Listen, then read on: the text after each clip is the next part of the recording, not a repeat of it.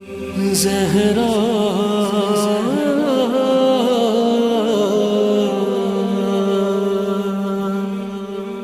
زہرا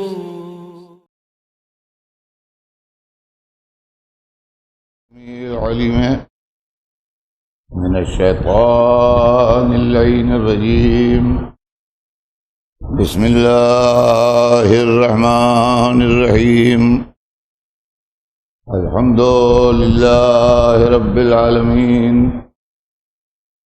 الصلاة والسلام علی سیدنا و شفیعنا ابی القاسم محمد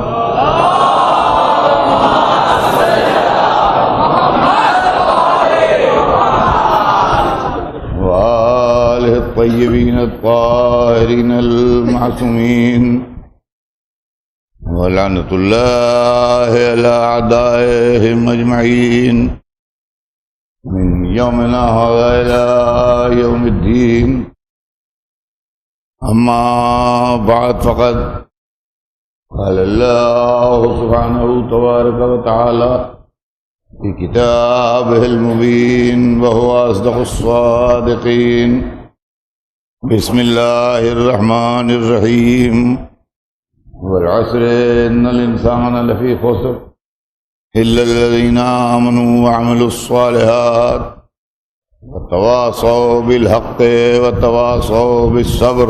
صلوات بھیجتے ہیں.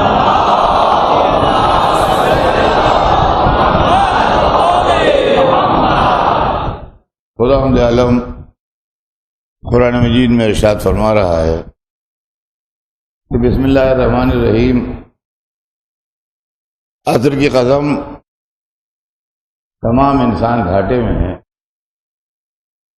سوائے ان کے جو ایمان لائے اور جنہوں نے نیک عمل کیے، اور وہ لوگ جو ایک دوسرے کو حق کی وصیت کرتے ہیں، اور وہ لوگ جو ایک دوسرے کو صبر کی وصیت کرتے ہیں. سلسلہ کلام ذہن عالی میں ہوگا. ہمارے آپ کے درمیان انسان اور انسانیت کے موضوع پر گفتگو ہے. کل وقت تمام ہو رہا تھا، لہذا میں نے آج کا وعدہ کیا کہ آج میں آپ کو بتاؤں گا کہ اچھے انسان کون ہوتے ہیں اور برے انسان کون ہوتے ہیں. جس طریقے سے کوئی حد نہیں، پتہ نہیں کتنے دنیا میں جانور ہیں، صرف اللہ جانتا ہے، دوسرا آدمی نہیں جانتا. کتنے قسم کے دنیا میں درخت پائے جاتے ہیں، یہ صرف علم خدا میں بات ہے، ہمارے آپ کیلکولیشن کے ذریعے نہیں پتہ لگ سکتا.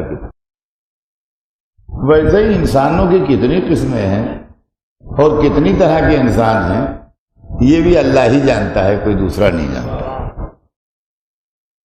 کوئی دوسرا نہیں جانتا کہ کتنے انسان ہیں.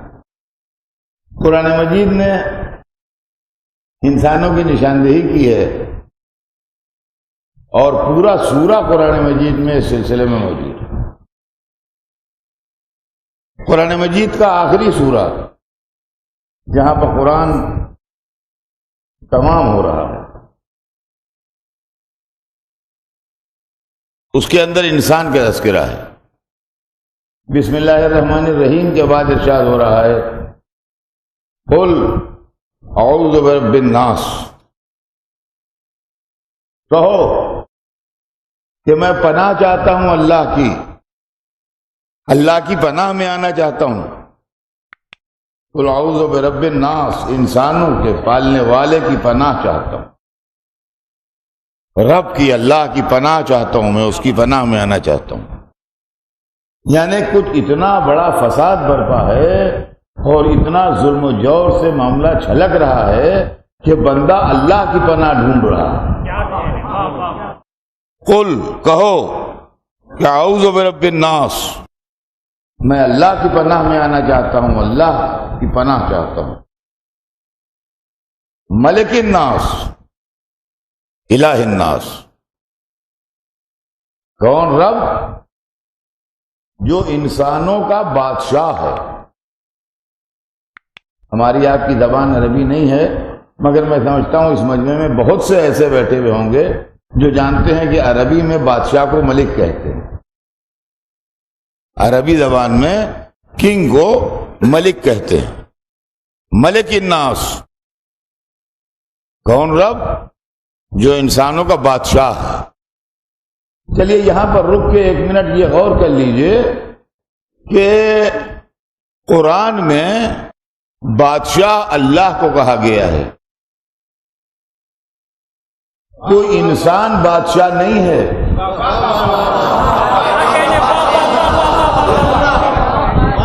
قرآن میں بادشاہ اللہ کو کہا گیا ہے۔ یہ قرآن آج بھی ابھی رکھا ہے مسجد میں، جس کا دل چاہے اٹھا کے دیکھ لے، ملک الناس۔ اور جس عربی داں سے، چاہے وہ مسلمان نہ بھی ہو، عربی لینگویج ہے، مذہب سے اس کا تعلق نہیں ہے، کسی کرسچین سے، کسی ایسے اسکالر سے جو عربی جانتا ہو، آپ ملک کا ترجمہ پوچھ لیجئے، ڈکشنری میں دیکھ لیجئے، انگلش عربی ڈکشنری ہوتی ہے، اس میں دیکھ لیجئے۔ ملک الناس، انسانوں کا بادشاہ ہے۔ تو معلوم ہے بادشاہت اللہ کے لیے ہے، بندوں کے لیے نہیں ہے۔ اب وہ سلاطین جو اپنے کو بادشاہ کہلواتے ہیں، یہ سنت ہے کہ بدعت ہے؟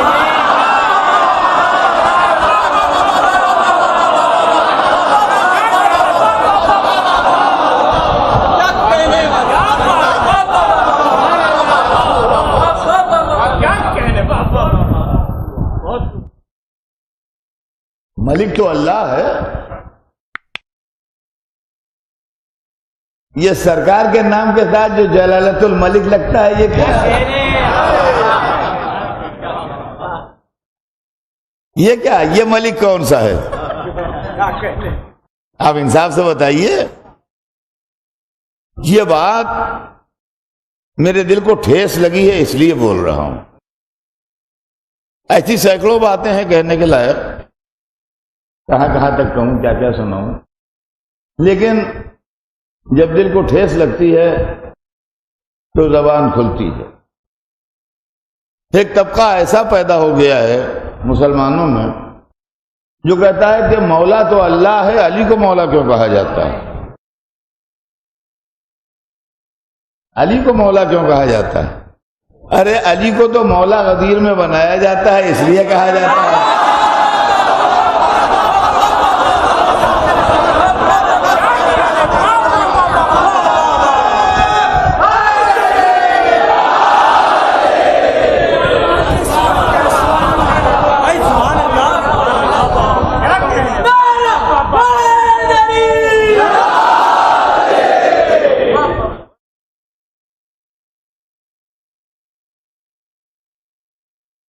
آپ کو ملک کا خطاب کہاں سے ملا؟ آپ کہاں سے ملک ہو گئے؟ ملک تو اللہ ہے۔ اور اگر بندوں کے لیے بادشاہت زیب ہوتی اور بندوں کے لیے اللہ بادشاہت تجویز کرتا تو سب سے پہلے اپنے حبیب کے سر پر بادشاہت کا تاج رکھتا۔ اور قرآن میں آیت آتی کہ حبیب تم بادشاہ بھی ہو، مگر قرآن میں ایسی کوئی آیت نہیں ہے جس میں اللہ نے رسول سے خطاب کر کے کہا ہو کہ آپ بادشاہ بھی ہیں۔ یہاں بادشاہت کا زور نہیں ہے، یہاں عبدیت پر زور ہے، یہاں عبدیت پر زور ہے۔ سبحان الذی اسری بعبدہ، پاک ہے وہ ذات جو اپنے عبد کو لے گئی۔ معلوم اللہ کی سرکار میں جو جتنا جھکتا جاتا ہے اتنا عزت پاتا جاتا ہے، اور جو جتنا سربلندی کرتا ہے اتنا ہی اس کا سر جھکایا جاتا ہے۔ تو عزیزان گرامی، یہاں عبدیت کا زور ہے اور یہاں عبدیت پر ناز ہے، اور سرکار دو عالم کی عبدیت اتنی بلند ہوئی، یہ عبدیت ہم کیا جانیں؟ جو لوگ دنیا کے لالچی ہیں وہ آخرت کی منزلوں کو کیا سمجھ سکتے ہیں؟ ان کے دماغی میں نہیں آ سکتا۔ ہمیں حکومت چاہیے، دولت چاہیے، سنہرا تخت چاہیے، سر پر سنہری چتر چاہیے، یہ سب ہمیں کیا اچھا لگے گا؟ ہاں ہم نے مذہبی کتابوں میں پڑھا ہے کہ جناب یحییٰ رو رہے ہیں، یاد خدا میں روتے رہتے تھے۔ ایک دن وحی ہوئی کہ یحییٰ اتنا کیوں روتے ہو؟ نبی تھے، نبی کے بیٹے تھے، خود بھی نبی تھے، نبی کے بیٹے بھی تھے۔ کہا یحییٰ اتنا کیوں روتے ہو؟ اگر شوق جنت میں رو رہے ہو تو ہم نے تم پر جنت کو واجب کر دیا، اگر خوف جہنم میں رو رہے ہو تو ہم نے جہنم کو تم پر حرام کر دیا۔ عرض کی معبود، نہ شوق جنت میں رو رہا ہوں، نہ خوف جہنم میں رو رہا ہوں، دل میں ایک تمنا ہے، لبوں تک آ نہیں رہی ہے۔ کیا نہیں ہے؟ یا بیان کرو اپنی تمنا، ہمارے سامنے بتاؤ۔ کیا تمنا یہ ہے کہ ایک دفعہ تو مجھے اپنا عبد کہہ دے، ایک دفعہ تو مجھے اپنا عبد کہہ دے، تو کہہ دے کہ یہ میرا عبد ہے۔ تو عبدیت اتنی بلند ہے کہ جناب یحییٰ جیسا نبی رو رہا ہے اور تڑپ رہا ہے کہ اللہ ایک دفعہ اسے عبد کہہ دے۔ اور عبدیت محمد اتنی بلند ہوئی کہ انہوں نے لبوں سے کچھ نہیں کہا، اللہ پکارا، سبحان الذی اسریٰ بعبدہ، پاک ہے وہ اللہ جو اپنے عبد کو لے گیا۔ اور عبدیت محمد اتنی بلند ہوئی کہ ہر نماز کے اندر، نماز میں رسول کی عبدیت کا ذکر رسالت سے پہلے ہے۔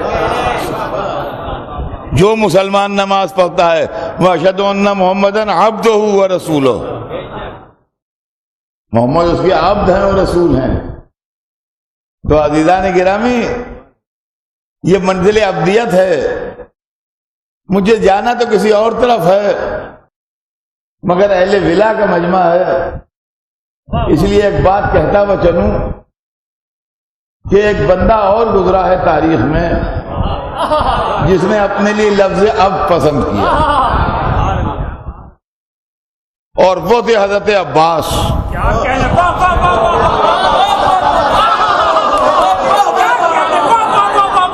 وہ تھے حضرت عباس جنہوں نے کبھی نہ کہا کہ میں حسین کا بھائی ہوں، بلکہ کہا میں حسین کا عبد ہوں۔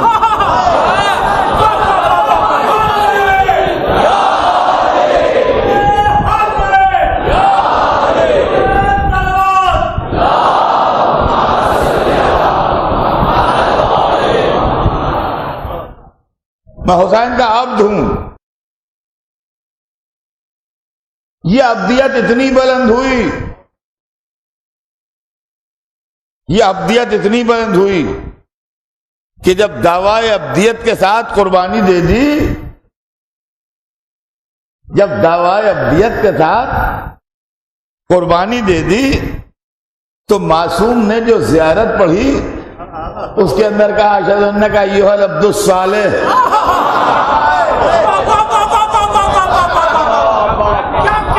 اشہد انک ایھا العبد الصالح۔ حضرت عباس کی زیارت پڑھی ہے آپ، یہ عبد صالح کا لفظ ہے، ایھا العبد الصالح المطیع للہ ولرسول ہے۔ یہ آیت زیارت آپ لوگ پڑھتے ہوں گے تو آپ کو معلوم ہوگا، عبد صالح کا لفظ ہے۔ آپ جانتے ہیں یہ لفظ کتنا قیمتی ہے، یہ لفظ کتنا قیمتی ہے۔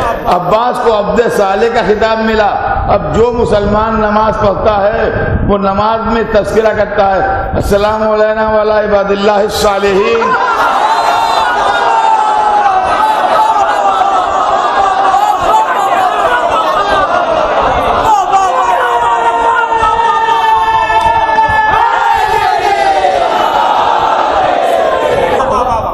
ہر مسلمان نماز میں پڑھتا ہے السلام علینا وعلی عباد اللہ الصالحین۔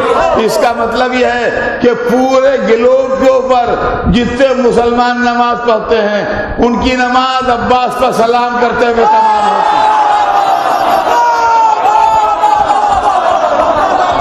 صلوات بھیجتے ہیں محمد۔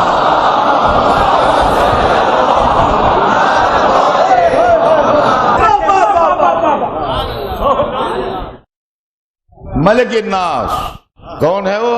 قل اعوذ برب الناس ملک الناس، جو انسانوں کا بادشاہ، الہ الناس،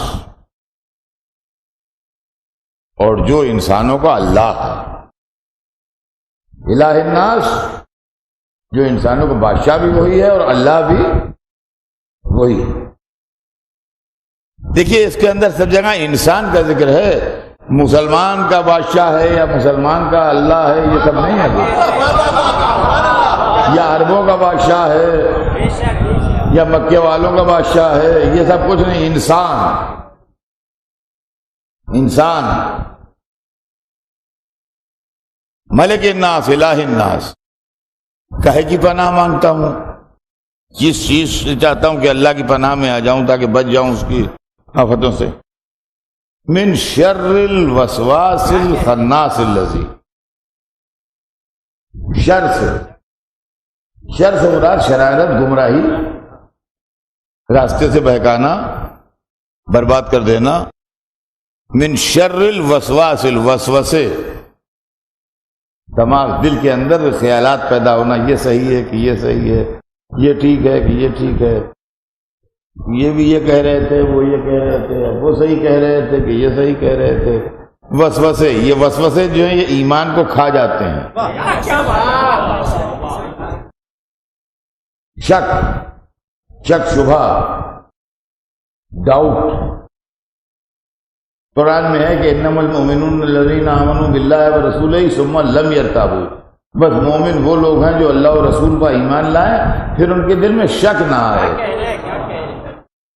یعنی یہ کہو کہ یہ اللہ ہے کہ نہیں، واقعاً ہے کہ ہمیں بزرگ کہتے ہیں اس لیے ہے، یہ رسول ہیں کہ نہیں واقعاً، یا ایسے ہی ہو گیا معاملہ سب، یہ شک نہ آئے۔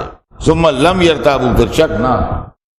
تو من شر الوسواس، وسوسے، اب یہ وسوسہ عربی لفظ ہے، دل کے اندر شک و شبہ کا پیدا ہونا، یہ وسوسہ۔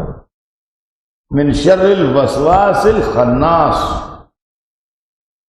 وہ وسوسے جو خناس پیدا کرتا ہے۔ اب یہ انسان کو ایک نیا نام ملا، خناس۔ معلومہ انسان خناس بھی ہوتا ہے، تفسیروں میں ہے خناس نام ہے ایک شیطان کا۔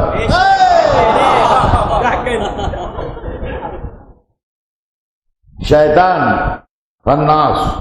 اب اردو میں تو اس کا کوئی ٹرانسلیشن ہے نہیں، جو میں آپ کو بتاؤں، انگریزی میں کچھ ہو تو ہو، مجھے معلوم نہیں، لیکن خناس کہتے ہیں کہ شیطان کا نام ہے جو لوگوں کے دلوں میں ڈاؤٹ پیدا کرتا ہے مذہب کے متعلق، خدا رسول کے متعلق، وہ خناس ہے۔ من شر الوسواس الخناس الذی، وہ خناس یوسوس فی صدور الناس، جو انسانوں کے دلوں میں وسوسے پیدا کرتا ہے، انسانوں کے دلوں میں شک و شبہ پیدا کرتا ہے، اس کے شر سے پناہ مانگتا ہوں کہ نہ وہ مجھے لگ جائے کہ میرے دل میں بھی شک و شبہ پیدا کر دے۔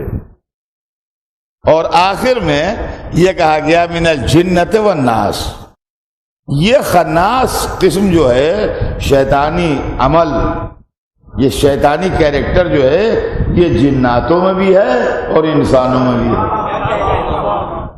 معلومہ شیطان خالی جنی نہیں ہوتا بلکہ انسان بھی شیطان ہوتے ہیں۔ اب آئیے میں قرآن مجید ہی سے اس کی دوسری سپورٹ کی آیت بھی پیش کروں۔ قرآن کیا کہتا ہے؟ وَلِكُلِّ نَبِيٍّ عَدُوٌّ شَيَاطِينَ الْإِنسِ وَالْجِنِّ، ہر نبی کے کچھ دشمن ہیں، وہ شیطان ہیں، ہر نبی کے کچھ شیطان دشمن ہیں، اور وہ شیطان کون ہے؟ شیاطین الانس والجن، یہ شیطان انسانوں میں بھی ہیں اور یہ شیطان جنوں میں بھی ہیں۔ اب ایک بات اور کہتا چلوں میں بچوں کے لیے کہ لوگ سمجھتے ہیں شیطان پراپر ناؤن ہے، اس لیے کہ مجلسوں میں ذکر ہوتا ہے کہ حضرت آدم کا پیکر بنا اور شیطان نے انکار کیا اور اللہ نے شیطان کو نکال دیا اور شیطان نے مہلت مانگی، اور شیطان تو شیطان سمجھتے ہیں کہ کوئی آدمی، یا کوئی شخص ہے پراپر ناؤن ہو، کوئی تھا جس کا نام شیطان تھا. شیطان پراپر ناؤن نہیں ہے، شیطان صفت ہے، شیطان کیریکٹر ہے. اس کو مثال میں یوں دوں، ایک صاحب مجھ سے پوچھنے لگے کہ صاحب یہ کیا زبردست معاملہ ہے کہ لکھنؤ میں بھی کسی کو شیطان نے بہکا دیا ہو، بمبئی میں بھی شیطان نے بہکا دیا ہو، دہلی میں بہکا دیا ہو، کلکتے میں بہکا دیا ہو، مدراس میں بہکا دیا. ایک شیطان ایک وقت میں کہاں کہاں پہنچ گیا جو اس نے ہر طرف لوگوں کو بہکا دیا. تو شیطان کو وہ کوئی پرٹیکولر پرسانیفائی کیا انہوں نے شیطان کو کہ یہ کوئی خاص ہے، ایسا نہیں ہے. میں آپ کو مثال دے دوں تو سب کی سمجھ آئے گا. جیسے چور، تو چور کسی کا نام تھوڑی ہے، چور کسی کا نام تھوڑی ہے، جو چوری کرے وہ چور ہے. اب ایک ہی رات میں بمبئی میں بھی چوری ہوئی، کلکتے میں بھی چوری ہوئی، لکھنؤ میں بھی چوری ہوئی، مدراس میں بھی چوری ہوئی، بنگلور میں بھی چوری ہوئی، دہلی میں بھی چوری ہوئی. تو ان کا صاحب چور کہاں کہاں پہنچ گیا؟ تو چور ہر جگہ نہیں پہنچا، جہاں چوری ہوئی جس نے چوری کی وہ چور ہے. ایسے ہی معاملہ شیطان کا ہے کہ جو اللہ والے کی تعظیم سے انکار کرے وہ شیطان ہے. صلوات بھیج دیں محمد.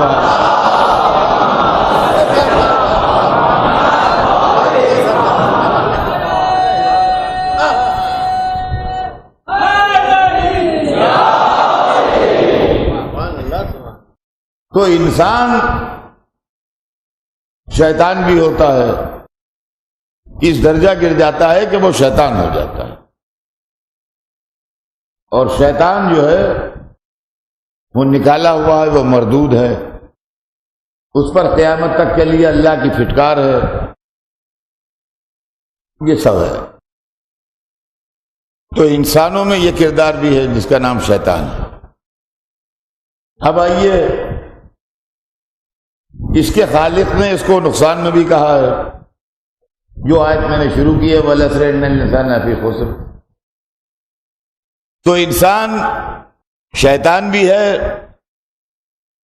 انسان گھاٹے کا سوداگر بھی ہے.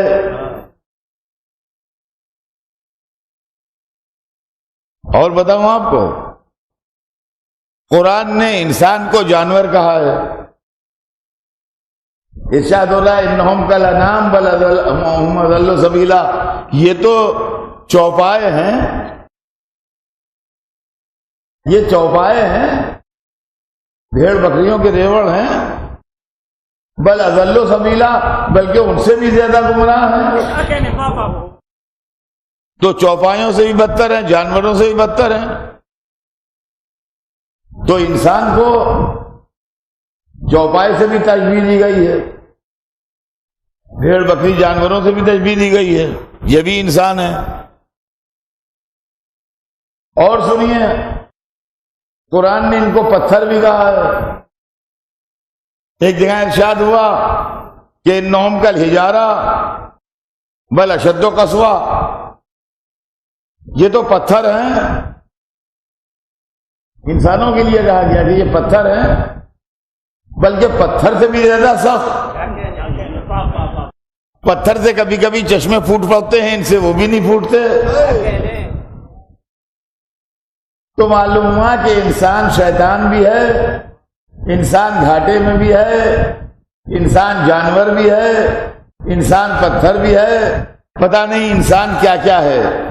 اب اسی کے واسطے اللہ نے رہبر بھیجے تاکہ وہ اس پتھر کو، اس جانور کو، اس خناس کو، اس گھاٹے کے سوداگر کو انسان بنا کے کھڑا کر دے. صلوات بھیج دیں محمد.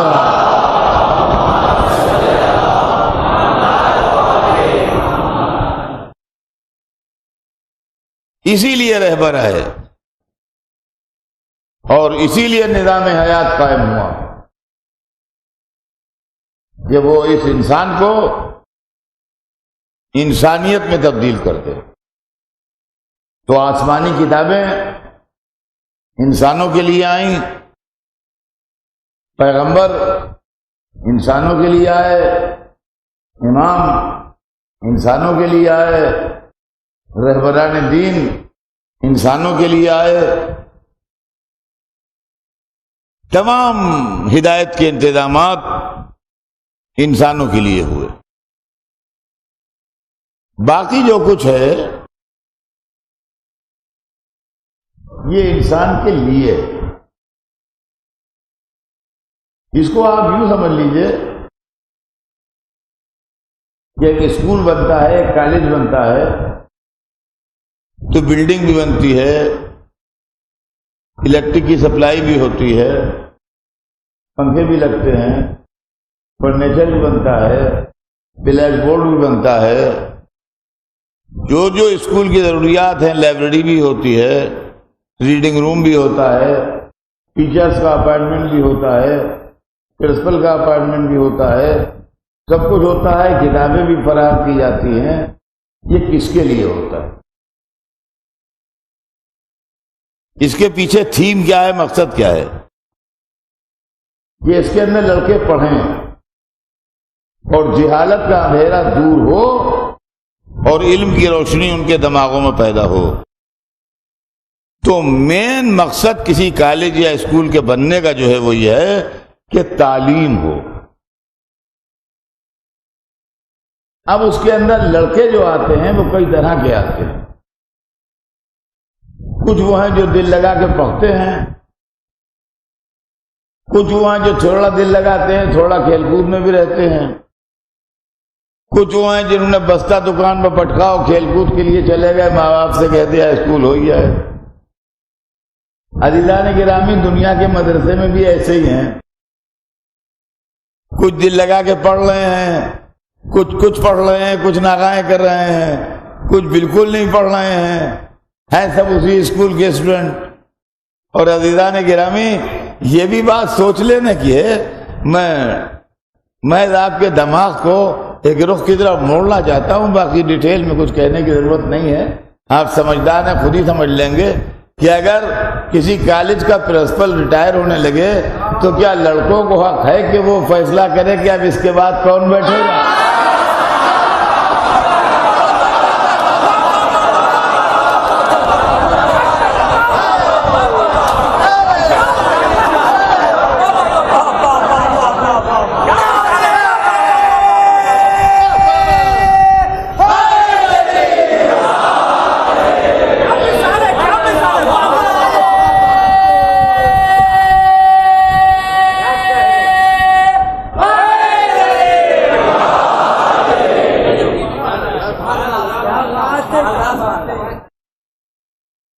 تو عزیزان محترم، انسان کو انسان بنانے کے لیے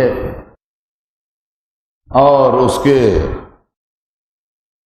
خیالات کو درست کرنے کے لیے مذہب آیا، سمجھ لیجیے بات۔ اور مذہب نے ہر وہ قدم اٹھایا جس سے انسانیت کو فروغ، انسانیت کی بنیاد پر اور انسان کی بنیاد پر فیصلے ہوئے۔ یہ اسلامی عبادتیں جو ہیں، اس کے پیچھے جو فلسفہ ہے،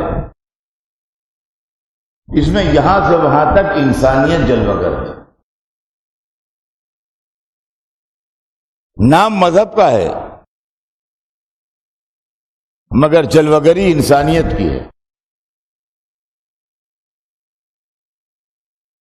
دنیا میں انسانیت جس بات سے مجروح ہوتی ہے اور انسانیت کی جس چیز سے توہین ہوتی ہے، وہ دنیا والوں کے یہ نظریے ہیں کہ یہ چھوٹا ہے، یہ بڑا ہے، یہ امیر ہے، یہ غریب ہے، یہ جتھے والا ہے، یہ اکیلا ہے۔ رنگ کی بنیاد پر بھی فیصلے ہوتے ہیں، یہ کالا ہے، یہ گورا ہے۔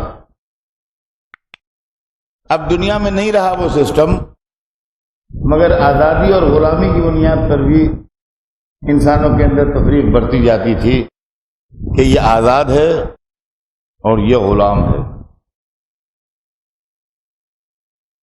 جنس کی بنیاد پر بھی تفریق برتی جاتی تھی، یہ عورت ہے یہ مرد ہے.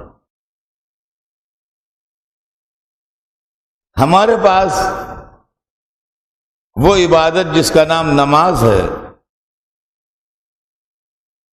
دیکھنے میں تو ایک اسلامی عبادت ہے جو صرف مسلمانوں کو فرض ہے، لیکن آپ دیکھیے کہ اس کے اندر انسانیت پنپ رہی ہے کیوں کر کہ جماعت کی صف میں کوئی ڈسکرمنیشن اور کوئی فرق نہیں ہے.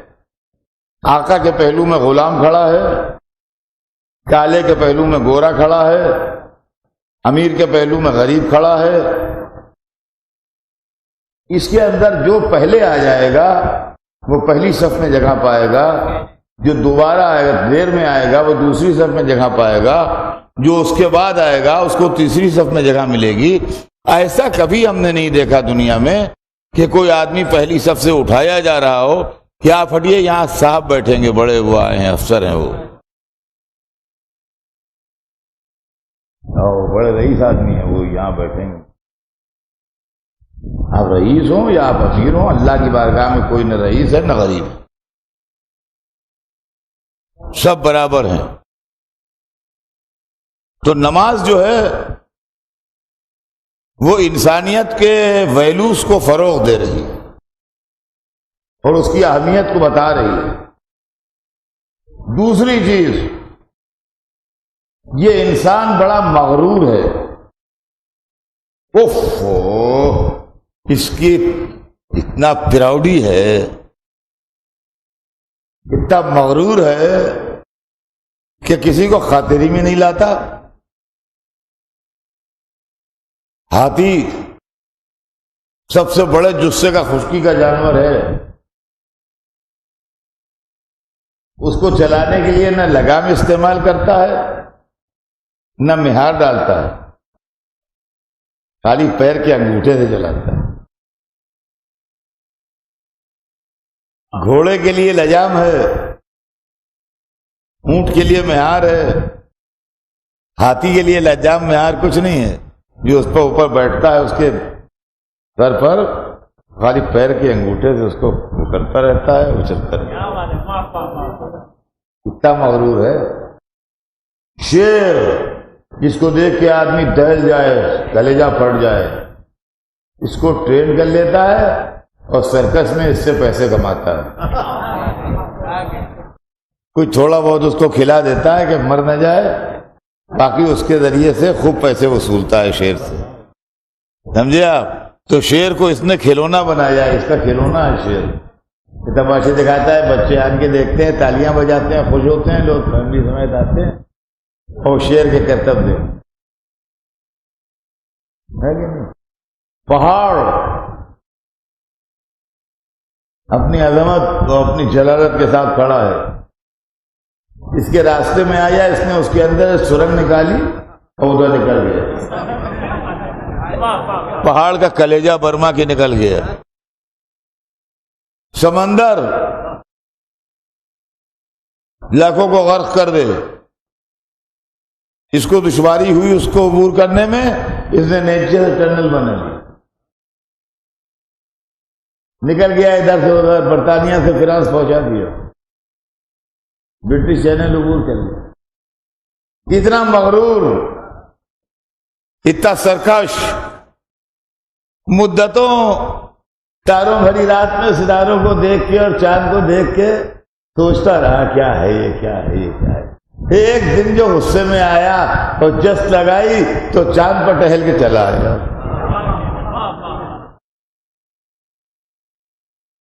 ہے نا؟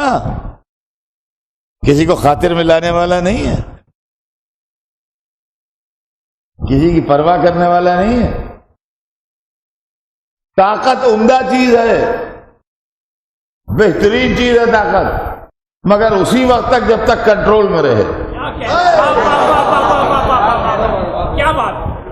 طاقت اگر کنٹرول سے باہر ہو جائے تو ڈینجرس ہے، خطرناک ہے.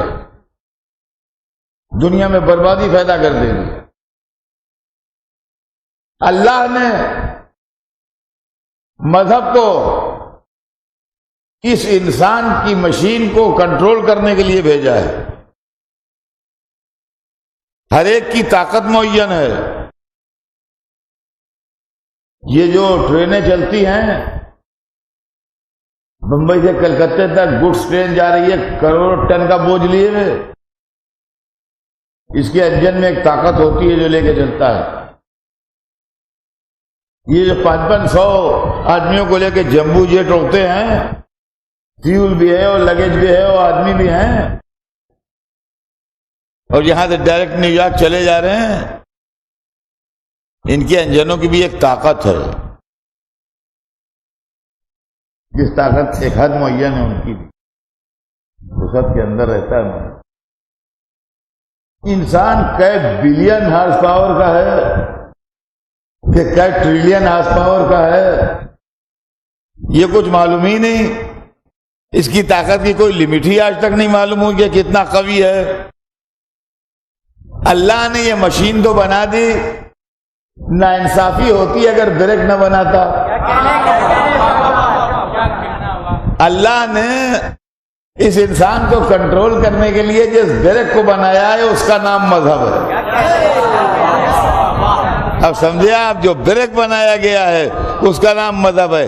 اب یہ نماز جو ہے آپ کی، یہ در حقیقت انسان کو اس کی حقیقت یاد دلاتی ہے اور اس کو کنٹرول میں رکھتی ہے۔ جب آدمی سجدے میں جاتا ہے اور سر خاک پر رکھتا ہے تو اس کو یہ احساس دلاتی ہے نماز کہ تو اتنا حقیر ہے کہ تجھے سر خاک پر رکھنا چاہیے، اپنی طاقت پر گھمنڈ نہ کرنے لگنا۔ سمجھے آپ نماز کا فلسفہ کیا ہے؟ ایسے ہی روزہ ہے۔ بھوک بڑی ظالم چیز ہے، بھوک بڑی ظالم چیز ہے، لیکن رئیس کیا جانے اس کا مزہ، مالدار کیا جانے اس کا مزہ، جن کے دسترخوانوں پر یہاں سے وہاں تک کھانے چنے میں ہیں، وہ کیا جانے کہ جب کچھ نہیں ہوتا کھانے کو اور بچے روتے ہیں تو آدمی کے دل پر کیا گزرتی ہے۔ یہ مذہب کی بات نہیں ہے، انسانیت تڑپتی ہے اگر کسی کا بچہ بھوکا رو رہا ہے۔ یہ نہیں ہے کہ مسلمان کا بچہ بھوکا روئے تو انسانیت کو دکھ ہوگا اور ہندو کا بچہ رو رہا ہے تو رونے دو، نہ، انسان کا بچہ بھوکا ہے، اس کو غذا ملنا چاہیے، بیمار ہے اس کو دوا ملنا چاہیے، اس کے بعد کپڑے نہیں ہیں اس کو کپڑے ملنا چاہیے۔ تو غریبوں کو احساس تھا بھوک کا، پیاس کا، مفلسی کا، امیروں کو نہیں۔ وہ ڈیزرٹ میں سفر کرتے تھے تب بھی ان کا اسٹاف ساتھ رہتا تھا، ان کے لیے ہر جگہ خیمے لگتے تھے، ان کو باورچی خانہ ساتھ چلتا تھا، ان کے کچن میں سفر میں بھی 10 طرح کے کھانے پکتے تھے۔ کہا اسلام نے کہا کہ یہ انسانیت کے ساتھ انصاف نہیں ہے کہ ایک کھاتا رہے ایک بلبلاتا رہے۔ ان کو بھی بھوک کا احساس چکھنا پڑے گا، تو کیسے چکھائیں؟ ان کا مال چھین کے جگائیں، تو کسی کا مال چھین لینا بھی انصاف نہیں ہے کہ ہم نے آپ کا پورا بینک کا پورا اکاؤنٹ سیز کروا دیا طاقت سے کہ اب تم بھی فاقے کرو۔ یہ مذہب نہیں ہے، کیا نہیں، اس کو ایک عبادت کی شان سے لائیں گے تاکہ تمہیں یہ احساس بھی نہ ہو کہ تمہاری توہین ہو رہی ہے، مگر یہ پتہ چل جائے کہ غریب کی بھوک کیا ہوتی ہے۔ ذرا سنیے آپ، یہ اسلامی عبادتوں کی حکمت کیا ہے۔ 1 مہینے روزے رکھوائے، اور وہ بھی چاند کے کیلنڈر سے، سورج کے کیلنڈر سے نہیں۔ چاند کا کیلنڈر گھومتا ہے،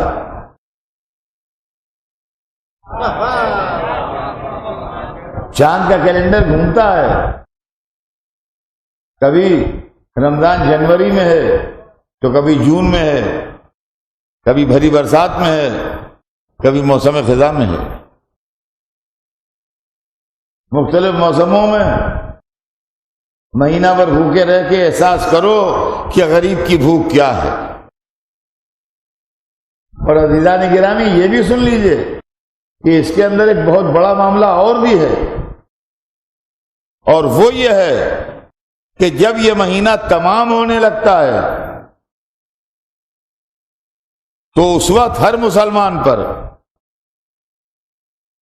فطرہ واجب ہو جاتا ہے۔ فطرہ جو ہے وہ ایک ٹوکن اماؤنٹ ہے، بہت چھوٹا سا اماؤنٹ ہوتا ہے، ہزاروں لاکھوں میں نہیں ہوتا۔ آج کل بھی جیسے بھی ریٹ ہے مگر بہت چھوٹا سا اماؤنٹ کا۔ یہ شب عید، یہ نماز عید سے پہلے سویرے نکال دو۔ اس کے اندر ایک مصلحت تو یہ ہے کہ غریبوں کی عید ہو جائے، اور دوسری مصلحت جو ہے وہ اس کے اندر سمجھیے کیا ہے، فطرہ نکالنے والے کو یہ حکم دیا گیا ہے کہ تم غریب تک پہنچاؤ۔ آپ شب عید جو فطرہ نکالتے ہیں تو یہ آپ کی ڈیوٹی ہے کہ آپ فطرہ لے کے غریب کے گھر جائیے۔ غریبوں کو اسلام نے یہ حکم نہیں دیا ہے کہ مسلمان غریبوں مالداروں کے یہاں جا کے فطرہ لے آیا کرنا، وہ دیں گے تمہیں، نہ، غریب اپنے گھر میں رہے گا، آپ عزت سے لے جا کے اس تک پہنچائیے تاکہ امیروں کو احساس ہو کہ ان کی سوسائٹی میں غربت کہاں کہاں ہے۔ سمجھیے بات کو، سمجھیے بات کو۔ پھر یہ آپ کا فریضہ ہے کہ آپ سال بھر تک یہ دیکھیں کہ ان کے کھانے کا کچھ انتظام ہے کہ نہیں۔ یہ رمضان مبارک کا فلسفہ ہے۔ اسی طرح حج ہے، یہ سمجھیے اسلام کی بڑی ریلی ہوتی ہے سال بھر میں، جس کے اندر ہر ملک کے لوگ، ہر جگہ کے لوگ جو جا چکے ہیں وہ واقف ہیں، جو نہیں گئے ہیں اللہ انہیں موقع دے کہ وہ جائیں اور خیریت سے آئیں۔ ہاں یہ بہت ضروری ہو گئی یہ دعا۔ اللہ حج کو بھیجے تو آپ کو، مگر خیریت سے واپس بال بچوں میں آ جائیے۔ اس لیے کہ کچھ دنیا میں ایسے حالات رونما ہو گئے ہیں جس سے دلوں کو بڑی بے چینی اور بڑی پریشانی لاحق ہو گئی، اور خدا کی قسم اتنی عمر میں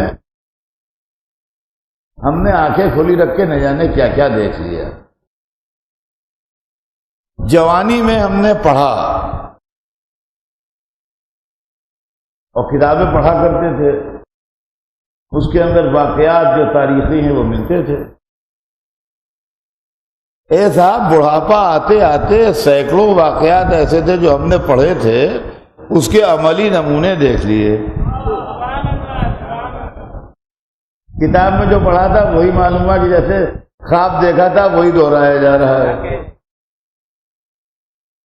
ہم نے کتاب میں پڑھا تھا اور 1400 برس سے یہ پروپیگنڈا چل رہا ہے کہ کربلا میں جو کچھ ہوا وہ برا ہوا، مگر اللہ کی مصلحت یہی تھی۔ معلومات جو کچھ الزام ہے وہ اللہ پر رکھے، یہ صاف نکل آئے بچ کے کہ اللہ کی مصلحت یہی تھی، اب کیا ہو سکتا تھا۔ یہی ابھی ہم نے اپنی آنکھوں سے دیکھ لیا۔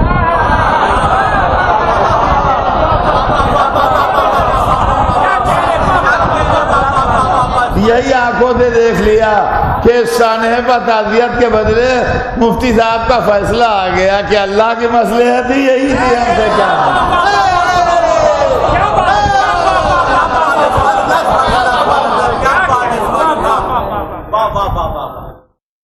تو عزیزان گرامی، حج بھی ایک عظیم عبادت،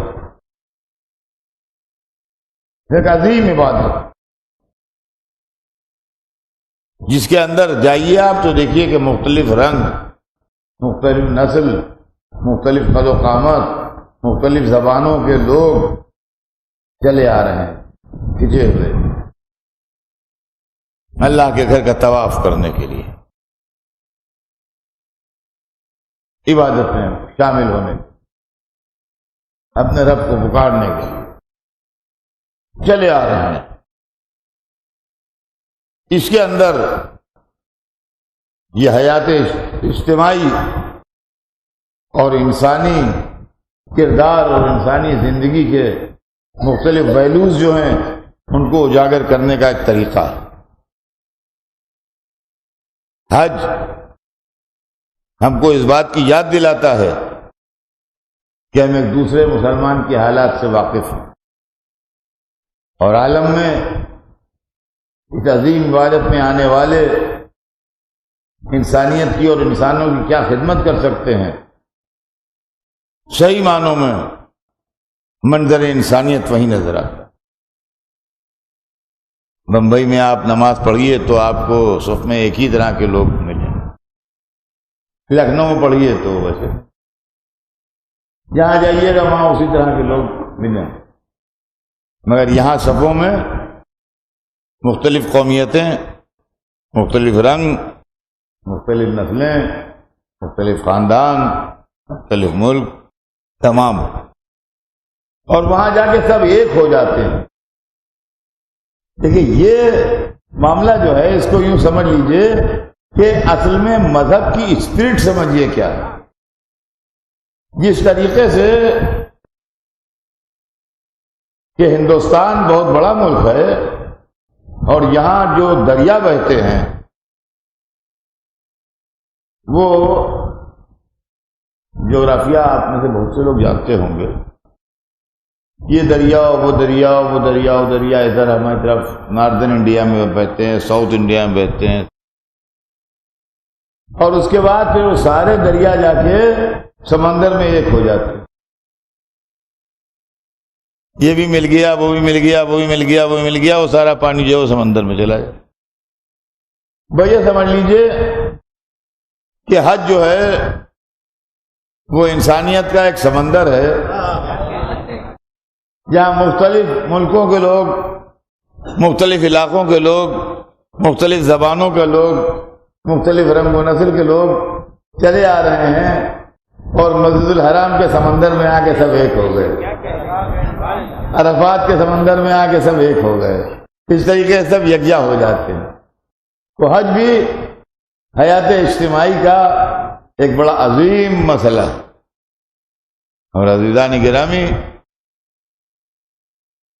انشاءاللہ زندگی آگے بڑھی اور کل آپ کو سناؤں گا کہ انسانیت، اسلام مذہب انسانیت کا نام ہے۔ کل مجلس پڑھوں گا میں غیروں کے لیے، اپنوں کے لیے نہیں، تاکہ ان کو معلوم ہو کہ مذہب کیا ہے اور اسلام کیا ہے۔ انسانیت، اسلام دین انسانیت ہے۔ یہ انشاءاللہ کل آپ کی خدمت میں عرض کروں گا۔ آج تو صرف اتنا عرض کرنا ہے کہ یہی حج تھا جس میں قتل و خون حرام ہے، جس میں ظلم و جور حرام ہے، جس میں جانوروں تک کا مارنا حرام ہے، جس میں درخت سے ایک پتی توڑ لینا بھی صحیح نہیں ہے۔ کمپلیٹ امن و پیس رہنا چاہیے حج کے موقع پر۔ اور وہاں احرام کے لباس میں خنجر چھپائے ہوئے لوگ قتل حسین کے واسطے جمع۔ حسین نے مدینہ تو رجب کی 28ویں تاریخ چھوڑ دیا تھا، 8ویں ذی الحجہ کو مکہ بھی چھوڑ دیا۔ 8ویں ذی الحجہ بڑی اہم تاریخ ہوتی ہے، اور جو لوگ حج کو جا چکے ہیں وہ جانتے ہیں کہ 8ویں ذی الحجہ کی امپارٹنس مکے میں کیا ہے۔ یہ 3 دن 8، 9، 10 ان کے اسلام میں 3 نام ہیں۔ 8ویں تاریخ کا نام ہے یوم ترویہ، 9ویں تاریخ کا نام ہے یوم عرفہ، 10ویں تاریخ کا نام ہے یوم نحر۔ یوم ترویہ وہ دن ہے جس دن حاجی حج کا لباس پہن کے احرام باندھ کے جسے کہتے ہیں مکے سے روانہ ہوتا ہے۔ یوم عرفہ وہ ہے جس میں حاجی دن میں میدان عرفات میں قیام کرتا ہے۔ یوم نحر وہ ہے جس میں حاجی مینا میں پہنچ کے شیطان مارتا ہے اور جانور قربان کرتا ہے۔ یہ 3 دن ہیں، 3 اس کے فرائض ہیں۔ یوم عرفہ اور یوم نحر سے پہلے جو یوم ترویہ آتا ہے اس کے اندر ہر حاجی مکے میں اس دن ضرور ہوگا، اور جو اس دن مکے میں نہیں ہوگا وہ اس کا حج اس سال نہیں ہو پائے گا۔ سورج چڑھ چکا تھا، باب ابراہیم پر ہلچل ہوئی اور لوگوں نے دیکھا کہ حسین دوہرے انسانی حلقے میں باب ابراہیم میں داخل ہو رہے ہیں۔ حسین کو ان کے خاندان والے حلقے میں لیے ہیں اور ان کے خاندان والوں کو حسین کے چاہنے والے حلقے میں لیے، اور حسین یہ کہتے ہوئے آ رہے ہیں کہ اس اللہ کی قسم جس کے قبضے میں میری جان ہے، میں اپنے حج کو عمرے سے اس لیے بدل رہا ہوں کہ یہاں میرے قاتل آ گئے ہیں لباس احرام پہن۔ میں اگر مکے سے ایک بالش نکل کے باہر قتل کر دیا جاؤں تو مجھے گوارا ہے، مجھے یہ گوارا نہیں ہے کہ حدود مکہ کے ایک بالش کے اندر قتل ہوں تاکہ زمین کی حرمت ضائع ہو۔ یہ کہتے ہوئے حسین آئے ہیں طواف کرنے، اپنے حج کو عمرے سے بدل کے۔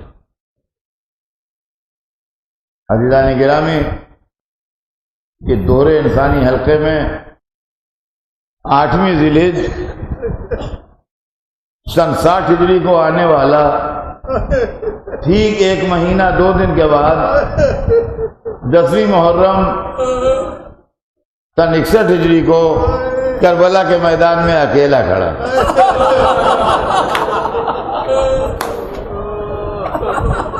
اور آواز دے رہا تھا حل من ناصر ینصرنا۔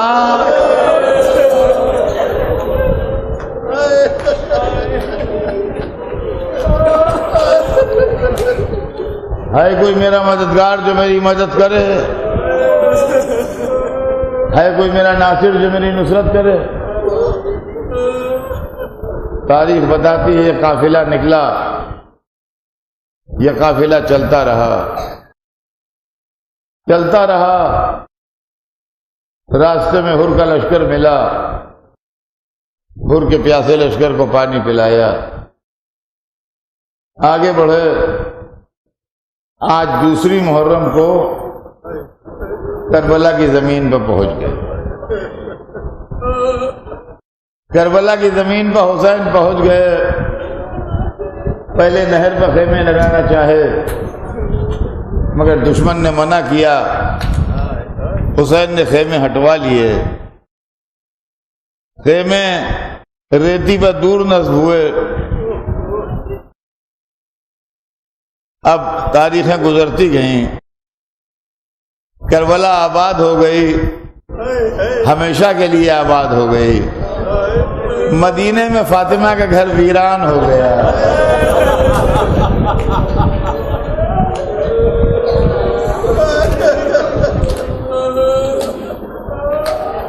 آج دوسری محرم حسین کے خیمے کربلا میں لگ چکے ہیں. عباس خیموں کو تلایا پھر رہے ہیں. بچے بہت تھکے ہوئے تھے، ہو سکتا ہے آرام کر رہے ہوں. سیدانیاں بہت خستہ تھیں، ہو سکتا ہے سکون سے بیٹھی ہوں. میں کہوں گا بیویوں 8 راتوں سکون سے بیٹھ جاؤ، جب 9ویں رات آئے گی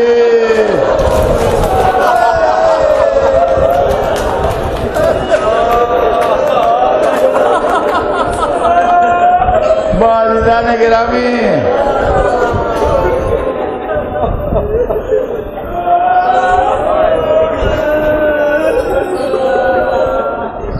محرم کی تیسری رات سے، آج تیسری رات ہے نا، محرم کی تیسری رات سے 10ویں رات تک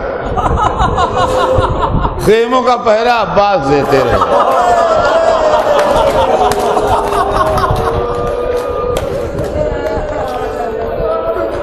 اور 10ویں دن جب خیمے جل گئے تو جلی قناتوں کا پہرا زینب دے رہی تھی.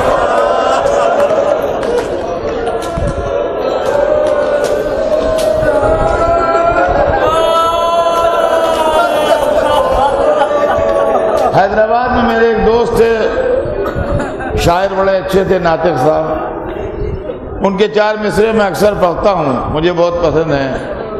وہ کہتے ہیں کہ دور ہے اب دستگاہ جور و استبداد سے، اٹھ نہیں سکتا ہے شور نالو فریاد سے.